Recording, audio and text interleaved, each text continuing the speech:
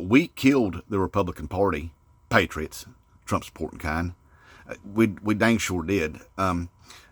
That's because we're not smart and we didn't know what we was doing. We thought, we kept calling ourselves the silent majority. We're going to show America we're the silent majority. We're going to take over this bitch. And we was wrong about that. So wrong, because Trump hadn't won anything since 2016, and he really didn't win that. We know that. But anyway, so in the meantime, what we done was just destroyed the Republican Party. And I bet those Democrats are going to be thanking us for that, for our ignorance and stuff. See, we shot ourselves in our own foot, what we did. Kind of like when we go around saying, you can have our firearms when you take it from our cold, dead hands. Remember that guy out in Texas, that old man out there that was threatening Joe Biden, and he was saying that same thing. Well, the FBI come along, and they did exactly that for him, and they took him from his cold, dead hands. It's sort of like that. We went out there and run our mouth, and we started spewing all of our hatred and our racism and all that stuff because, again, we're the silent majority, and we can get away with it. What are they going to do about it, right? Well, what we did was kicked a beehive. We poked a sleeping bear. Going out there spewing all that hateful nonsense, it woke people up. And they said, you know what, we ain't putting up with this no more, is what the Democrats said. And not only that, then we had Roe versus Wade overturned, and it turned out that it pisses women off whenever you take their rights away from them. Who would have thought that would happen? So that happened. So most of America's pissed off at us, and they think we're stupid. And rightfully so, because we are. So what we've done is we're going to make that Kamala Harris lady. I know she's black, y'all. Stop saying that. I know she is. Everybody knows that, all right? Yeah, it ain't earth-shattering news.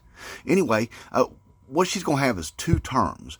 That would be 4 years plus 4 years. And if you get somebody to help you do the math on that, that's 8 years she's going to do. And then that Tim Walz feller, her VP, he's going to do 2 terms, 4 years plus 4 years. That's 8 years right there. And then if you add those 8 years plus 8 years and get somebody to help you do that, that's 16 years of going to be a Democrat in the White House. And now you think, well, whew, 16 years, that's a long time. And it dang sure is. But then, you know who could be the next president after that?